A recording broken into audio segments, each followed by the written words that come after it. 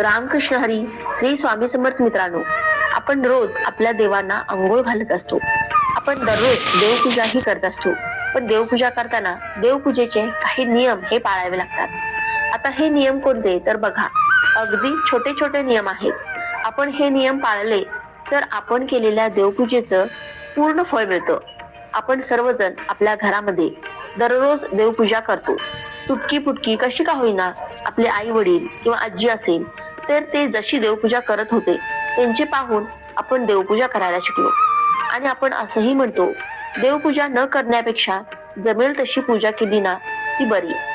पण खरं सांगायचं झालं तर बघा, आपण जी देवपूजा करतो, आपल्याला या पूजेचं संपूर्ण फळ पाहिजे असेल तर आपल्याला या काही नियमांचे पालन हे केलंच पाहिजे.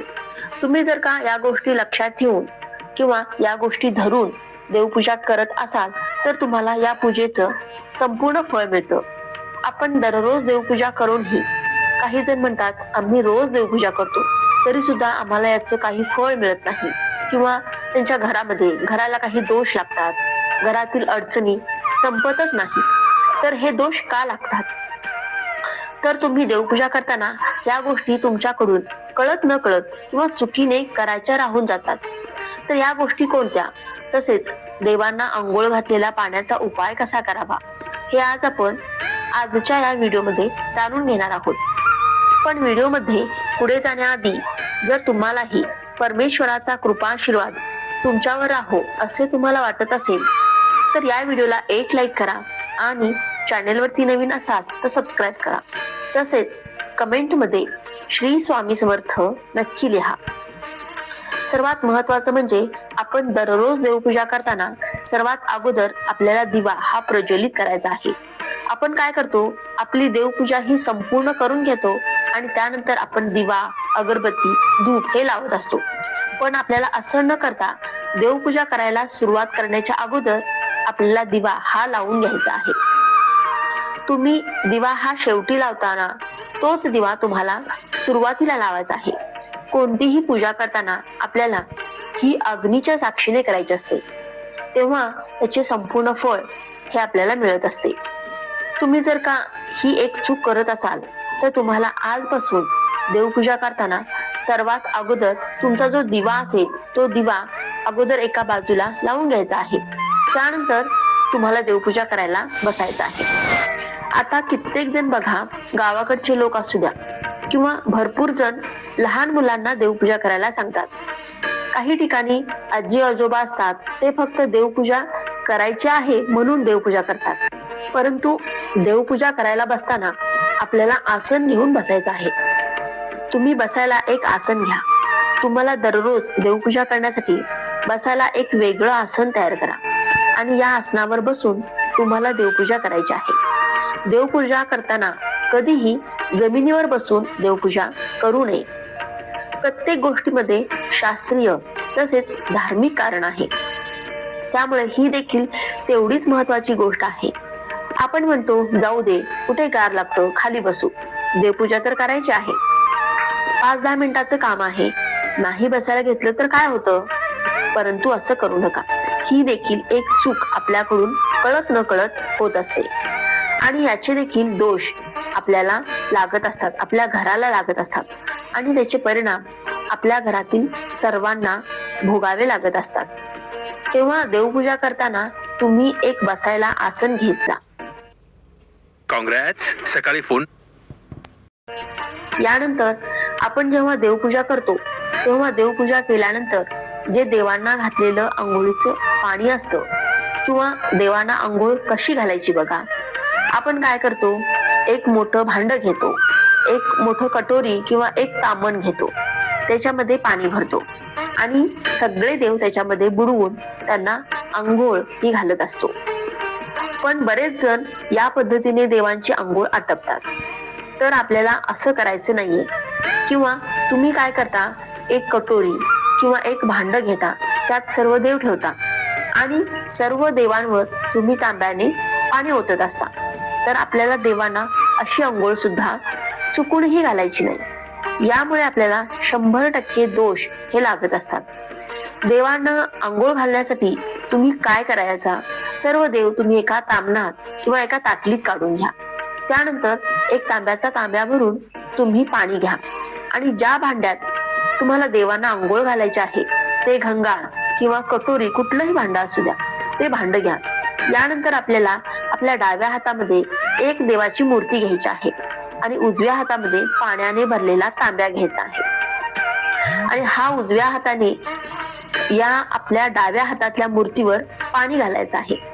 सुरुवातीला तुम्ही ही मूर्ती सर्वात अगोदर तुमच्या घरात गणपती बाप्पा असतील तर तुम्ही सर्वात अगोदर गणपती बाप्पांना आंघोळ घालून द्या किंवा तुम्ही ही मूर्ती त्या भांड्यात ठेवा आणि वरतून पाणी ओता.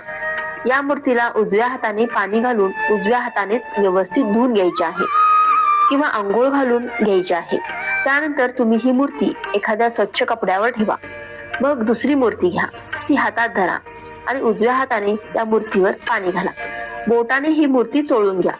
तर अशा पद्धतीने तुम्ही ही एक एक मूर्ती करून तुम्ही पाण्याने आंघोळ घालू शकता. किंवा मग तुम्ही एका भांड्यात एखादा छोटा ग्लास घ्या, तो पालथा ठेवा, त्यावर मूर्ती ठेवा आणि मग आंघोळ घाला. किंवा मग एक छोटासा पाट किंवा छोटासा चौरंग मिळतो तो घ्या आणि तो पाट तुम्ही त्या भांड्यात ठेवा आणि त्या पाटावर मूर्ती ठेवून तुम्ही प्रत्येक देवांना आंघोळ घालू शकता. तुम्हाला देवांना कधीही एकत्रित आंघोळ घालायची नाही. जसे की बघा, आपण आपल्या घरामध्ये एकत्र आंघोळ करतो का? एका बादलीत सर्वजण आंघोळ करतो का? नाही ना. त्याचप्रमाणे देवांना देखील आपल्याला तसंच करायचं असतं. थोडा जास्तीचा वेळ लागू शकतो, परंतु आपण जी देवपूजा करतो त्याचं फळ हे आपल्याला संपूर्ण मिळायला पाहिजे. या हेतूनेच आपल्याला देवपूजा ही करायची आहे. यानंतर बघा, आपण जे देवांना आंघोळ घातलेलं पाणी जे आहे ते पाणी अजूनही बऱ्याच ठिकाणी तुळशीला घातलं जातं. तर आपल्याला चुकूनही ही चूक करायची नाहीये. तुळशी मातेचं एक स्वतंत्र पावित्र्य आहे. ती एक स्वतंत्र देवी आहे. माता लक्ष्मीचे दुसरे रूप तुळशी मातेला म्हटलं जातं. त्यामुळे तुम्ही देवपूजा केलेलं पाणी हे तुळशीला कधीही घालू नका. त्यामुळे देखील आपल्याला दोष हे लागत असतात. आता हे आंघोळ घातलेलं देवाचं पाणी तुम्ही एखाद्या मोठ्या झाडाखाली टाकू शकता. तुमच्याकडे फुलांच्या किंवा इतर झाडांच्या कुंड्या असतील तर त्यामध्ये तुम्ही थोडं थोडं करून हे सर्व पाणी तुम्हाला ओतायचं आहे. हे पाणी तुम्हाला कधीही रस्त्यावर किंवा पायदळी ओतायचं नाही किंवा तुमच्या वॉश बेसिन मध्ये देखील तुम्हाला हे पाणी ओतायचं नाही किंवा पाणी कोणाच्या पायाखाली येईल असं देखील आपल्याला ओतायचं नाही. तर हे पाणी आता काही ठिकाणी झाडं नसतील किंवा काही लोक फ्लॅट मध्ये राहत असतील, त्यांच्याकडे झाडं नसतील किंवा कुंड्या नसतील, तर अशा वेळेस त्यांनी फ्लॅट खाली येऊन तुमच्या इथे आसपास मोठे मोठे झाडे असतील, गार्डन असेल तर त्या ठिकाणी मोठ्या झाडांच्या बुडाशी हे पाणी ओतायचं आहे. किंवा जे लोक खाली राहतात पण त्यांच्याकडे कुठलीच झाडं नाहीत, तर मग अशांनी त्यांच्या आजूबाजूला जी झाडं असतील त्या झाडाखाली हे पाणी ओतायचं आहे. बघा, यामुळे आपल्याला त्या देवांच्या पाण्याचं पावित्र्यही राखलं जातं. सर्वात महत्वाचे म्हणजे देवपूजा करण्यासाठी आपण जे पाणी घेतो ते पाणी कसं घ्यायचं, कोणते घ्यायचं. तर बऱ्याच ठिकाणी हे पाणी आंघोळीच्या आधी भरून ठेवतात आणि हे पाणी तुम्ही देवपूजेसाठी वापरता.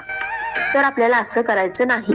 तुम्ही आंघोळ करून घ्या, त्यानंतर तुम्ही हे पाणी भरून ठेवायचं आहे.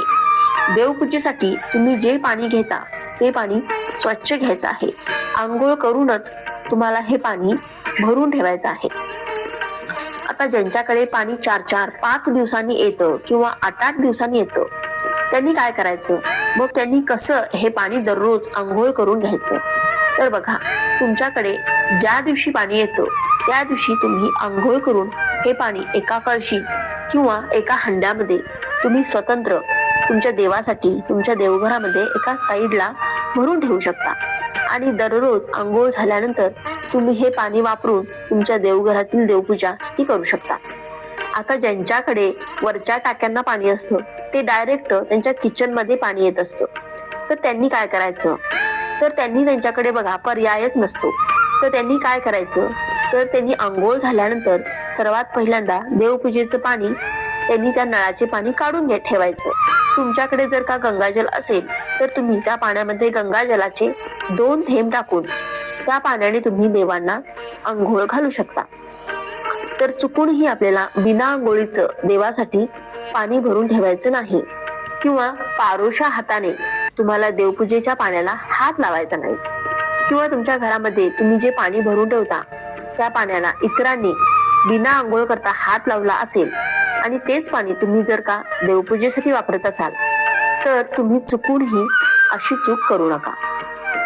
यानंतर तुम्ही तुमच्या देवघरामध्ये तेलाचा दिवा लावत असाल आणि तुपाचा दिवा लावत असाल तर तो कुठे लावायचा?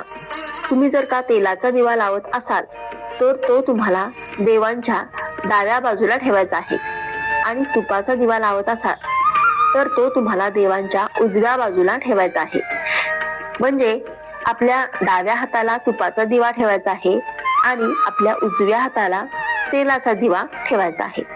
यानंतर आपण जी देवांना फुलं वाहतो ती फुलं सुकल्यानंतर ती कधीही आपल्याला आपल्या घरामध्ये ठेवायची नाहीत, ती लगेच आपल्याला विसर्जित करायची आहे.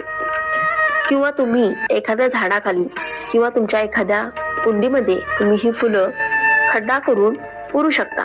म्हणजे बघा, त्याचं निर्माल्य पण होतं आणि याची योग्य ठिकाणी विल्हेवाट देखील होते. आणि देवांची फुलं आपल्याला कचऱ्यात कधीही टाकायची नाहीत किंवा कुठेही आजूबाजूला फेकायची नाहीत, पायदळी देखील तुडवायची नाहीत. यामुळे देखील आपल्याला दोष हे लागत असतात. आता देवांच्या बाबतीत जेवढ्या गोष्टी असतील, जेवढ्या वस्तू असतील, आपल्याला हे पावित्र्य राखायचं आहे. अशी ही फुलं तुम्ही घरात सुकवून ठेवू नका किंवा घराच्या आजूबाजूला कुठेही कशीही फेकू नका. थोडासा आपल्याला वेळ लागतो, पण ती व्यवस्थित आपल्याला जिथल्या तिथं ठेवायची आहे.